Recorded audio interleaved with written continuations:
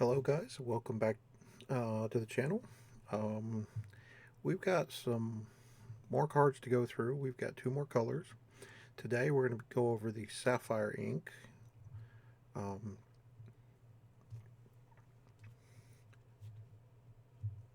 and Sapphire is actually one of my um, favorite colors as well as my birthstone. So we got a lot to cover, so let's get started. First up is our first legendary Alice Growing Girl. Uh, th- Three cost inkable, 1/4, one lore.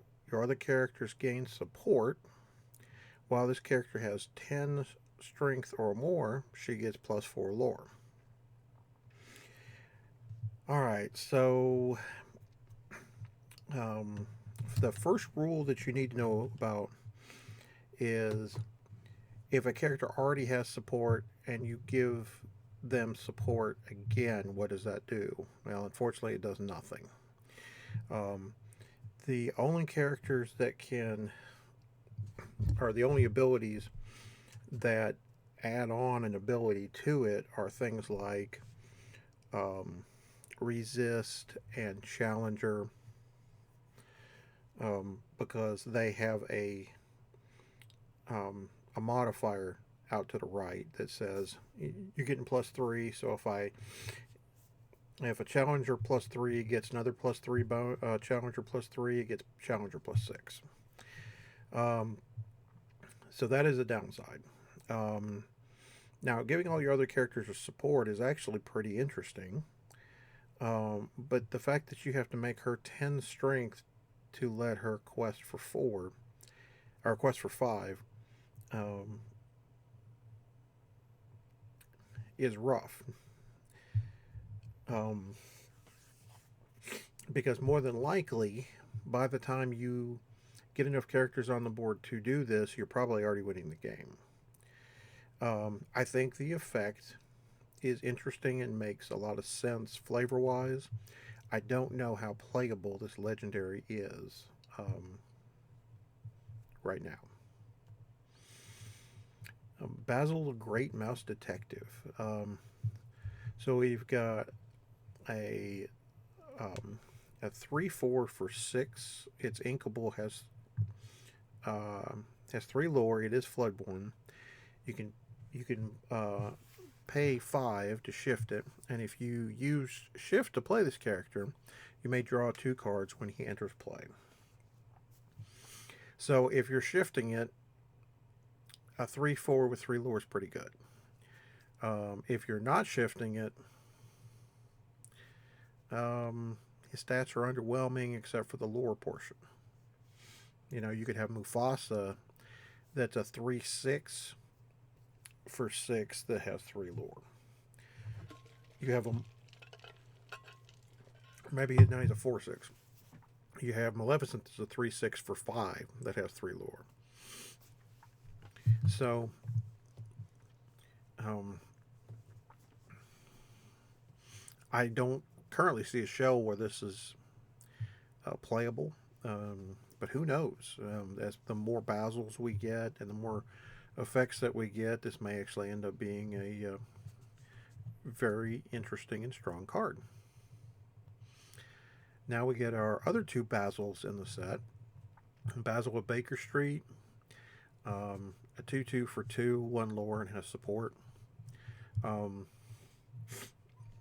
uh, Again, this you've got Philatites in at the same cost, but he's a 3/1, so he's a little more susceptible to specific removal. They both really fit the same idea. I guess the question is which, if you're playing the Floodborn Basil, you probably want to play this Basil instead of Philatides. And then we have Basil Perceptive Investigator.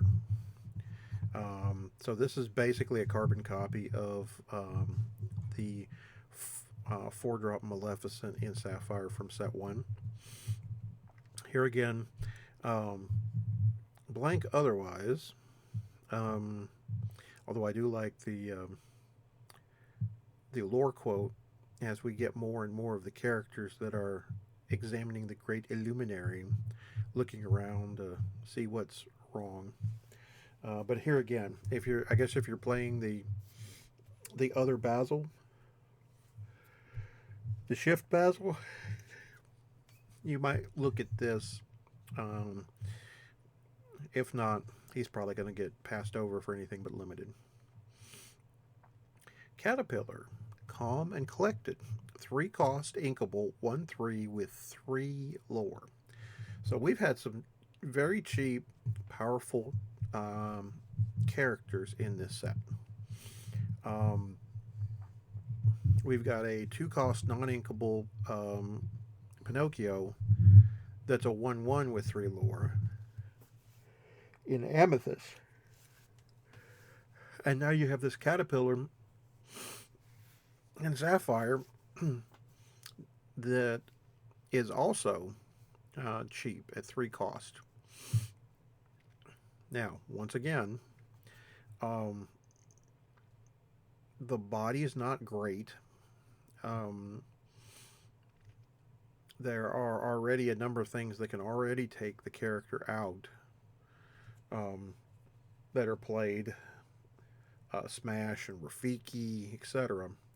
Um, you will at least most of the time you will get to quest with this once if they don't have the removal on their next turn. So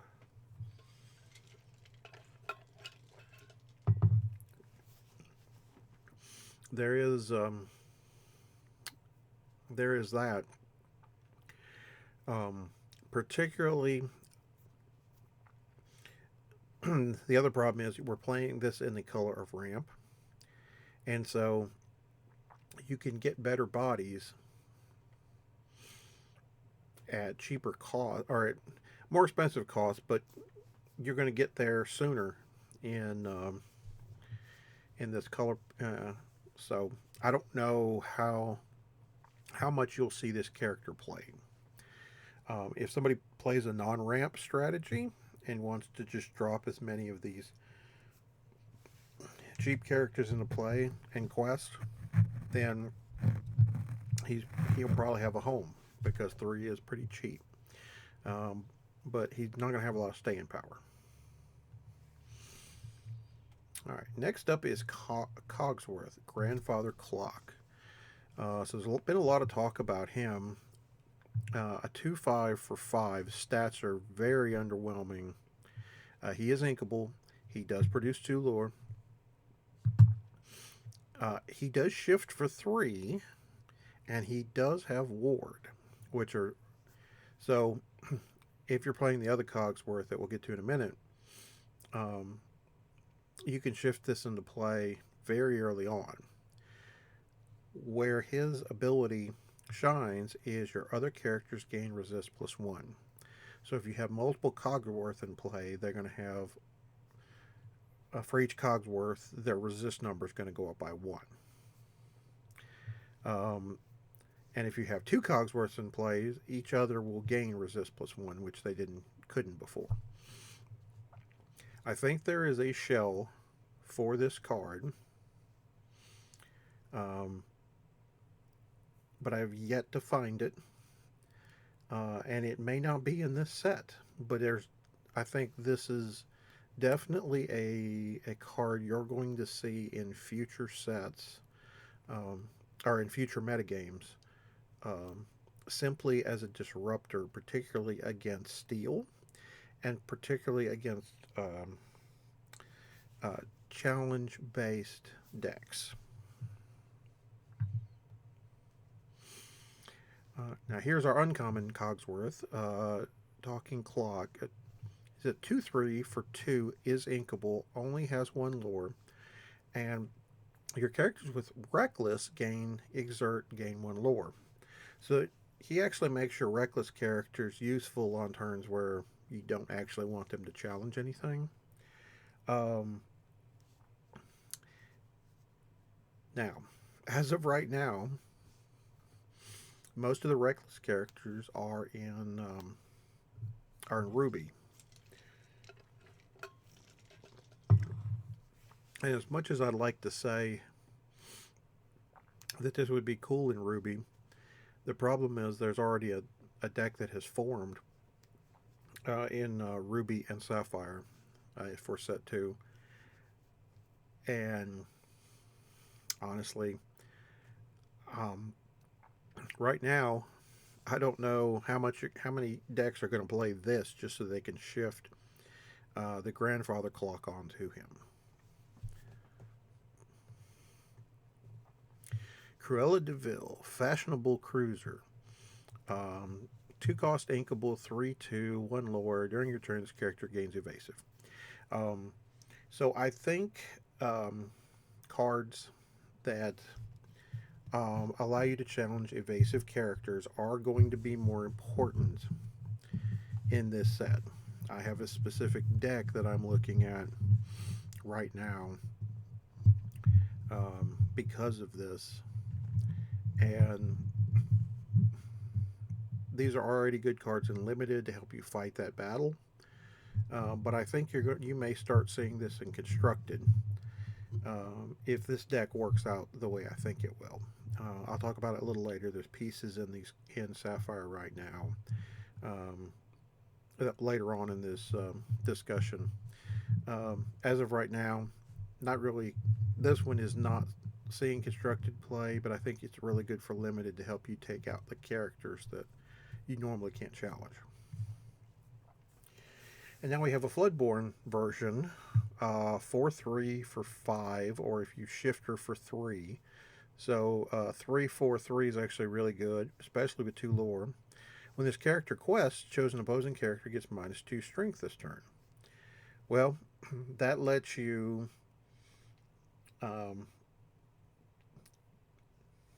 get a character off the table without potentially not taking less damage, which is actually very good for you.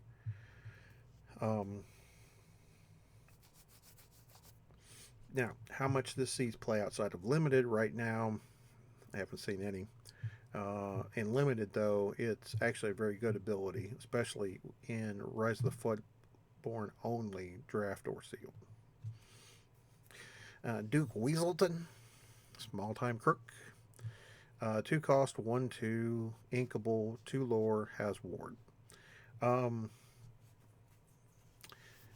Don't sleep on the fact that this character has ward, because not being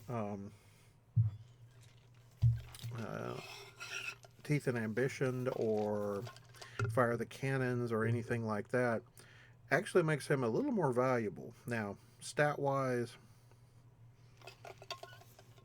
he and Aladdin are the same, except for 1 less strength, 1 more lore. Now, he isn't going to win a lot of challenges, which is a problem. But definitely don't completely discount him because of the low strength. Ward and 2 lore are going to be invaluable in some decks.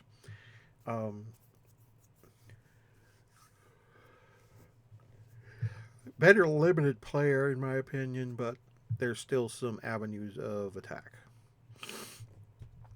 Gaston, intellectual powerhouse. So as funny as an idea that of this kind, the card, at least when I have played it in the starter deck challenge and in draft, the ability was really good. 6 cost, uninkable, 4/4, but you can shift him for 4, 3 lore. And when you play this character, look at the top 3 cards of your deck. You may put 1 into your hand and put the rest on the bottom of your deck in any order. So he basically replaces himself. In the starter deck, you are getting some 3-drop Gastons, baritone bullies, so you can play him and then shift onto him, replace the card that you just that you played and then quest for 3. Now, Constructed currently really doesn't have a home. Um, Now, this ability only triggers when you play this character. So, could you do some bounce shenanigans with him and get some more value? Yes. Is it worth it? Good question. But Three Lord characters, um, particularly ones that would be hard to take out because you're constantly returning it to hand and replaying him, um, might have a use. Just not currently. Grandpappy, oldest and wisest. So this is a 7 cost non-inkable 3/6 with 3 lore. Whenever you remove 1 or more damage from one of your characters, gain 2 lore. And it is a super rare. So there was a lot of hype behind this card to start uh, with, but apparently that is no longer the case. Um, Notice his price has started to come down quite a bit. Basically, what that means is it's not that the ability is not strong. It absolutely is strong. And particularly if you have multiple characters damaged, because this will trigger for each character that has been healed 1 or more damage. So if you have 3 characters in play with 1 or more damage on it, and you sing Hakuna Matata, and Hakuna Matata heals each of those 3 characters, it's gonna trigger this ability 3 times, and you will gain 6 lore. That leads to some scenarios that your opponent does not want to see, because you can literally um, yeah, I think that's the biggest one that I can think of. Um, but even just a slow bleed of I'll challenge your character. My character challenges your character. I still have some health left. I got yours off the table. Now I'll play a heal effect, heal the damage, gain 2 lore. So now I don't have to quest to gain lore, and I can just leave Pobby back there until I can quest the last turn of the game and quest with him for 3 and finish the game. So I think there is a deck that can make this work, but it is also a deck that may not come to the forefront until we have specific decks in the meta. Um, like, say, how popular is Steel Song going to be? Um, how many decks are running for Grab Your Swords? Well, last season it was a lot. So, if you have a deck where your willpowers are higher than your strengths, but you can challenge any of your opponent's characters and get them off the board and leave yours alive, and then heal yours, you can do some crazy things.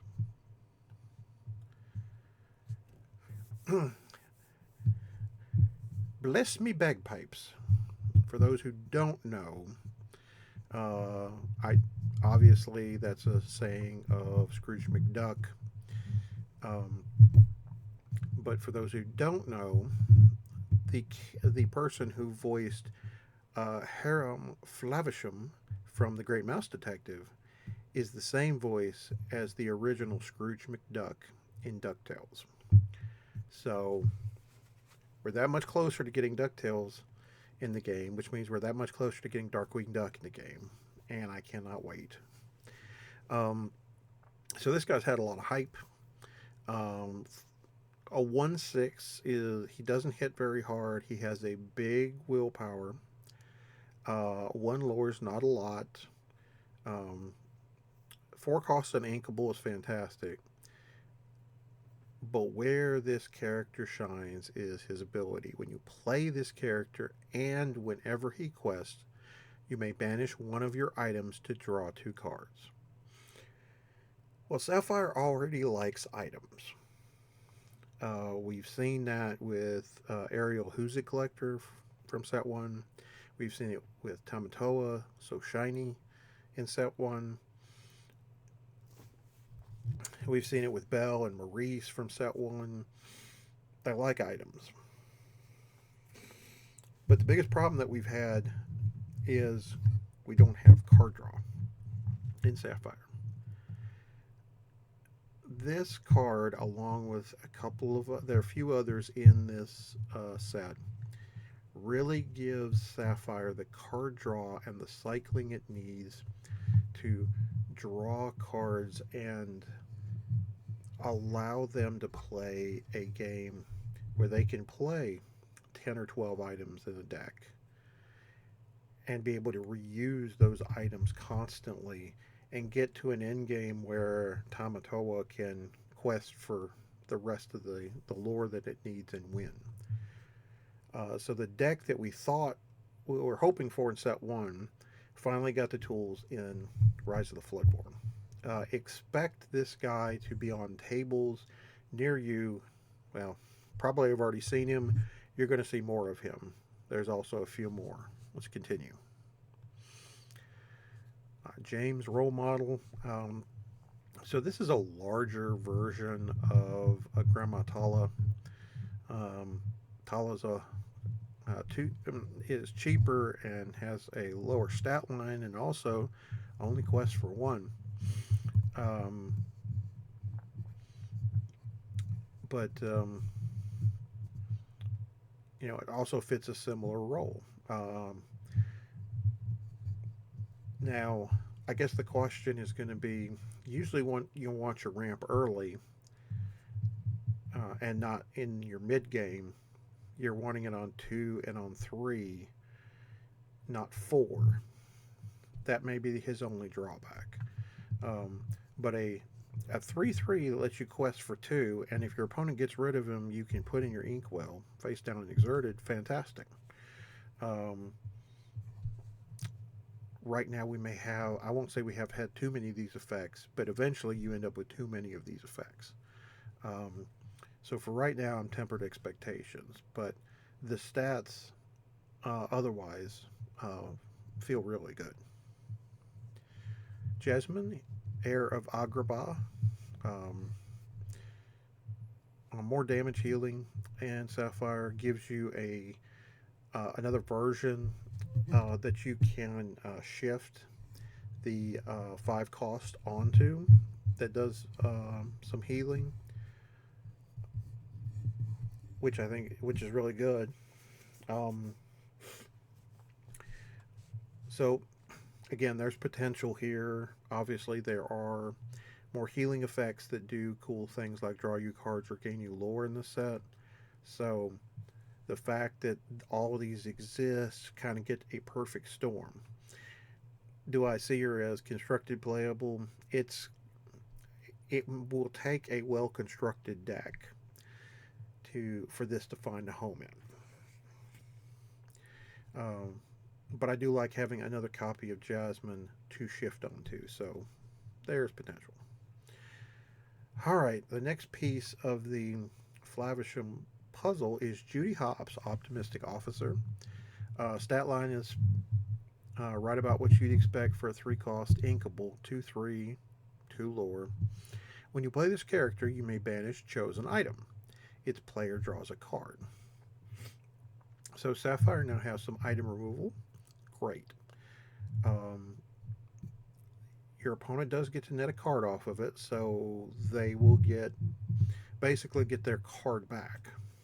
Now, side effect is if you decide to banish your own item, you get to draw a card. Well, why would you decide to banish your own item? That's coming, my friend. Mrs. Judson, housekeeper, another great mouse detective. So this is the Storyborn character that deals with Floodborn. Um, so again, this is another 4 cost that ramps you. If you play a Floodborn character, you can um, do the Mickey or one jump ahead thing. Take the top card of your deck, put it in your resource row face down, and exert it. Um, Again, how many times a game are you going to trigger this? Um, right now, I don't think it's enough to warrant or include this. Plus, you want this at a lower cost, so when you say you like, if this was a 2 cost with different stats, you might want to play this because then on 3 you might can play. Um, you might can shift a character on 3 or play a Floodborn on 3 and trigger this. So I think this is at the wrong cost in stats. Um, Even though I do like the flavor of a Floodborn triggering it. All right, Nick Wild, Wily Fox.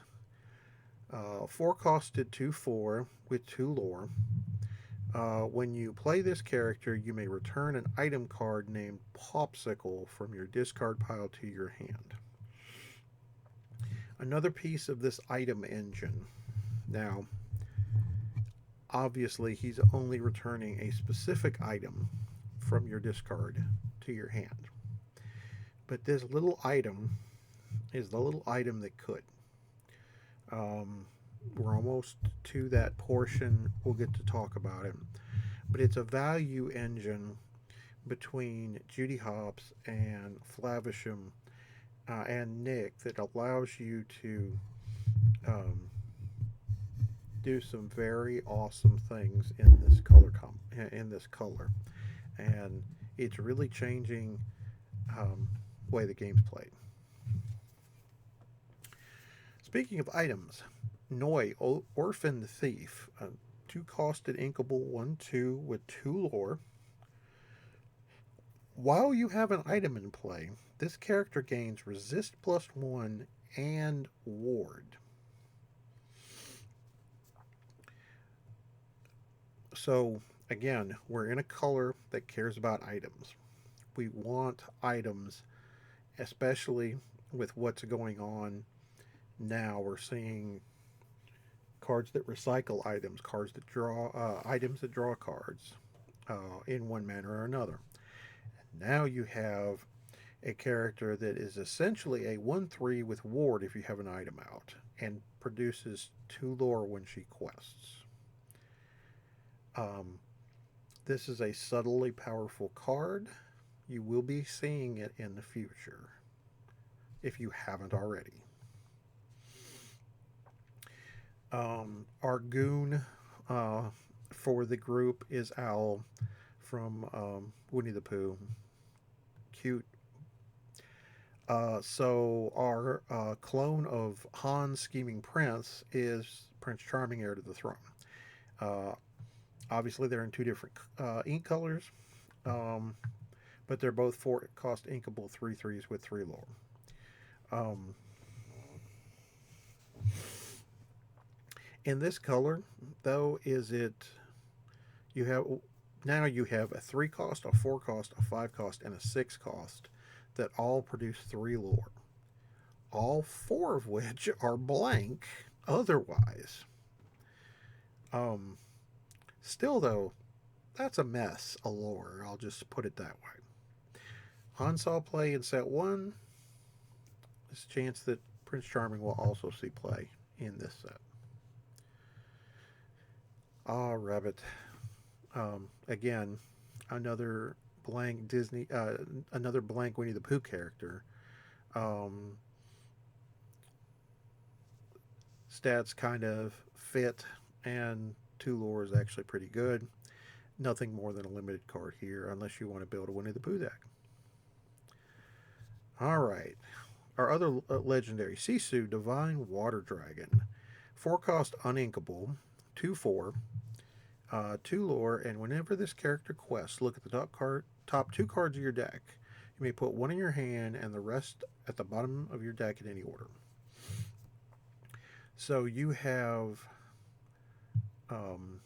slightly understated power wise, a 2 lore quester that lets you pick the best of the top 2 cards of your deck and then put one in your hand and put the other one on the bottom. I don't really see a lot that's wrong with this card. I have yet, however, to see any deck list that features Sisu. I I believe that this is of the 2 legendaries we've seen in Sapphire. I believe this is the legendary that I'd want to use because this gives, um, if it's not immediately removed, it gives it at least replaces itself, and if it quests a second time, um, you've netted cards, and you've gained yourself 4 lore if that's the case.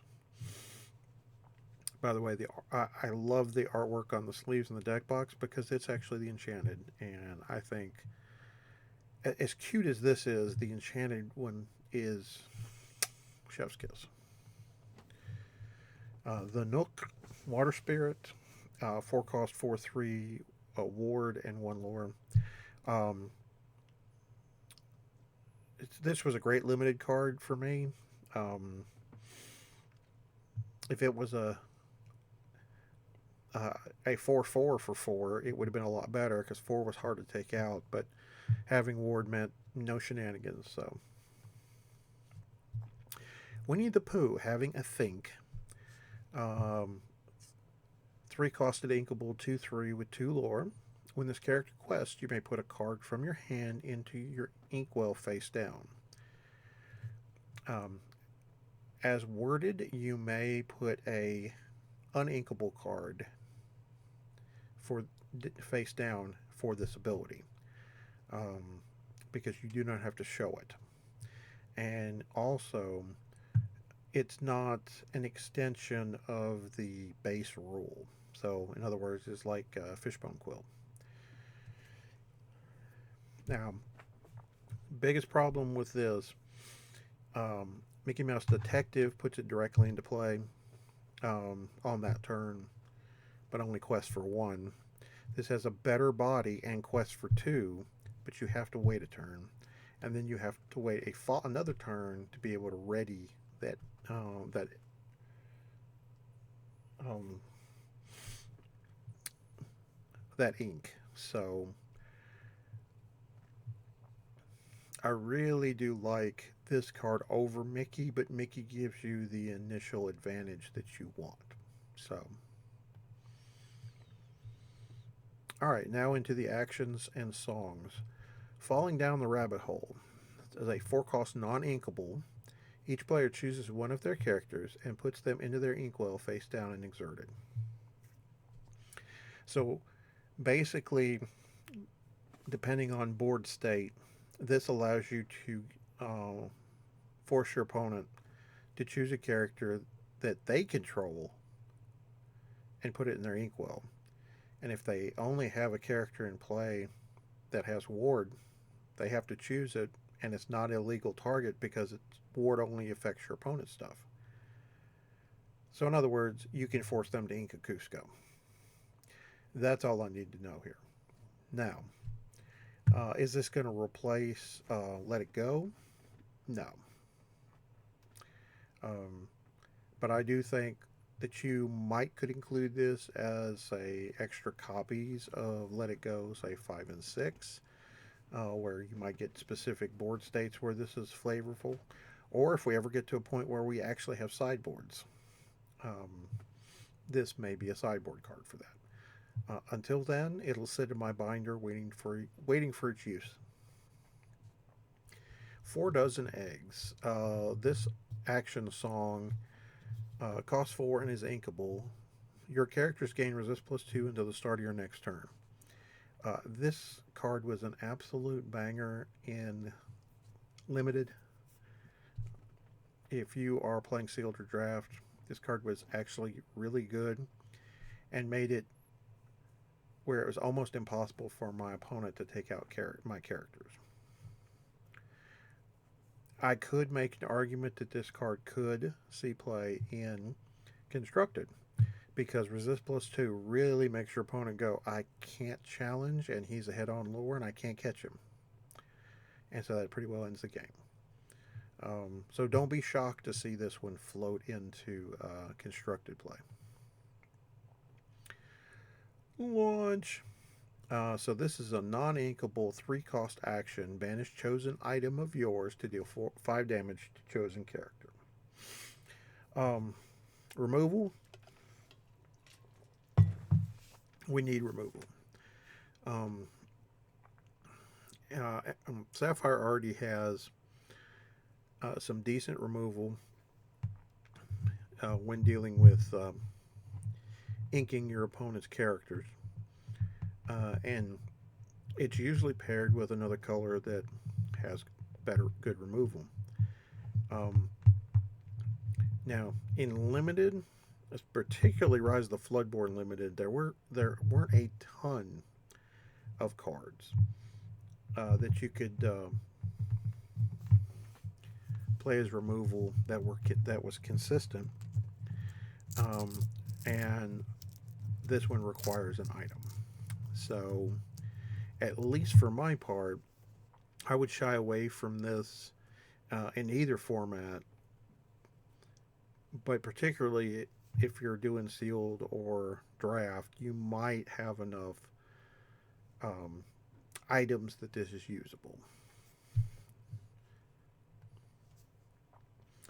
Nothing to hide. This scary visage of Gaston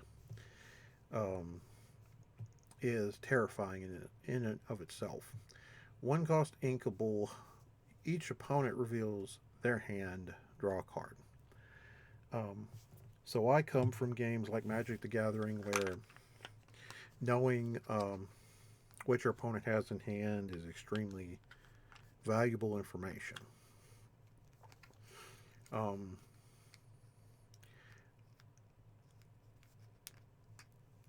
I would love for this card to be playable. But right now, other than just knowing what's in their hand, and I guess against control decks that would be very useful. I can't really put this in a scenario where I would play this in a constructed level deck. There are too many slots that need to be dedicated to characters and questing, or to specific themes like the item theme, so you need your spots for removal. Down the line, maybe, but right now, I'll pass. All right. Lastly, our items. So Fang Crossbow was seen early on. Inkable is decent, is nice. You can shrink a character, or you can banish this item to banish chosen dragon character. Well, as of this set, we have 3 dragon characters: Maleficent, Madame Mim, and Sisu. That's not enough for me to play this in a constructed deck, and the other ability is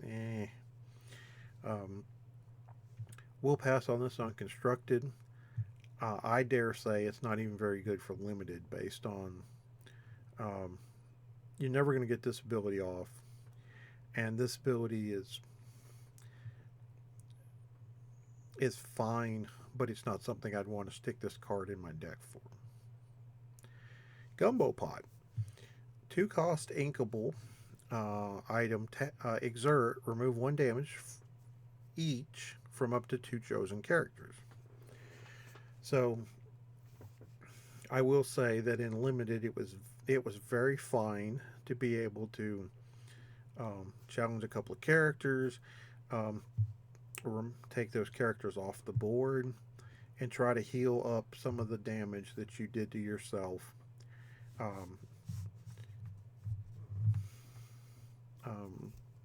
if you needed items in your deck for synergies, this was pretty good for it. I have yet to see this in a constructed level deck yet. Um, because most of our decks right now want characters in play with abilities so that we can quest with them or challenge with them. Now, again, this is another card for the future that may have powerful implications. Maurice's Workshop. So this is a 3-cost uninkable item.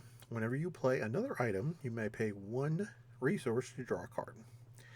Okay, so now we're leaning more into the item deck. Um, so right now we have from set 1 we have Ursula's Shell Necklace. So when you play a song, you can pay 1 resource to draw a card. And now we have the Workshop that lets you do the same thing for playing another item.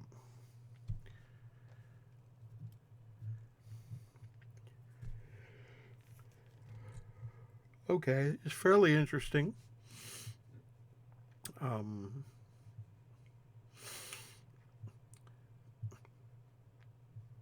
not being inkable is a problem, and not immediately producing something is a problem. Um, could there be an engine later on? Sure, and that's where what I do. Usually mentally set these cards aside and say, okay, maybe in the future we have something. Right now, let's just put it in the binder. It's something cheap. We'll sit on it for a while, and when the time comes, we've got to replace it. All right, this is the card. I won't say it's the card of the set, but this card changed so much for Sapphire. So, Popsicle, we have a 1-cost inkable item. When you play this item, you may draw a card. Banish this item, remove up to 2 damage from chosen character. So, the first and most important line of text on here is when you play this item, you may draw a card. So we have Flavisham. So once you've played it, it replaces itself. You pay 1 resource to put it into play and draw a card. The secondary portion may never get used in a game. It might, but it may not. We have other reasons to get it off the table. Now in turn 4, you play Flavisham. You have a Popsicle in play. I will sacrifice the Popsicle. I will banish the Popsicle. I will draw 2 cards. Next turn, I play Nick Wild from my hand, return the Popsicle to my hand, replay the Popsicle, draw a card, quest with Flavisham, sacrifice the Popsicle, draw 2 cards. Do you see how nutty this is getting?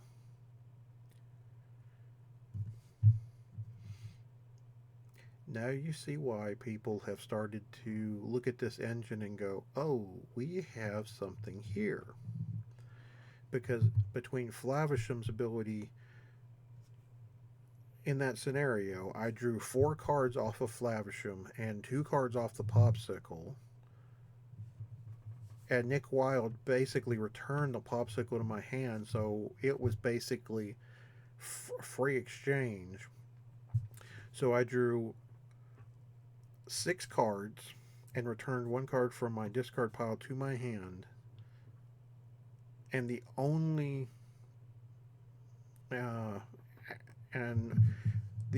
card that didn't, well, actually it did replace itself. So every card in that scenario replaced itself, and most of them netted me cards.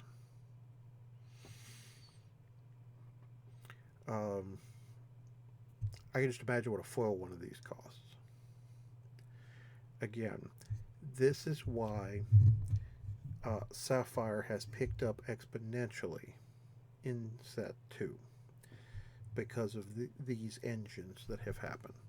And just so you let me back up and take for those who are not CCGers, the idea of an engine is there are many pieces to a puzzle that run together. Popsicle draws you card, it replaces itself. Now you have several other cards that play off items: Judy Hobbs, Nick Wilde, Flavisham, and Tamatoa. So all these cards want you to either play items, banish items, uh, return items from discard to hand, so that you can replay them and constantly get value off of them. Um, that's what I'm referring to as an engine. Those are cards that you don't want to cut out of your deck because it's part of the engine that makes the deck run. All right, this last card is sneaky, um, and I will dare say this one could be very powerful. Sardine Can, of course, is from the Rescuers. It's a 4 cost inkable item. Your exerted characters gain ward. Um, so the first thing I thought of originally was, hey, in a sideboard, in a game with sideboards, this card could be absolutely money against removal heavy decks. But then I came up with another idea. You hear it. You're going to hear it here first. Pairing Sapphire with a color that has a decent number of evasive characters, and Sardine Can means that your opponent, unless he's playing evasives, has no way to get them off the board other than um, grab your sword or be prepared. That might be a deck in the future. Again, you heard it here first. All right. Thank you, Illumineers, for joining me tonight as I went over the next to last ink color.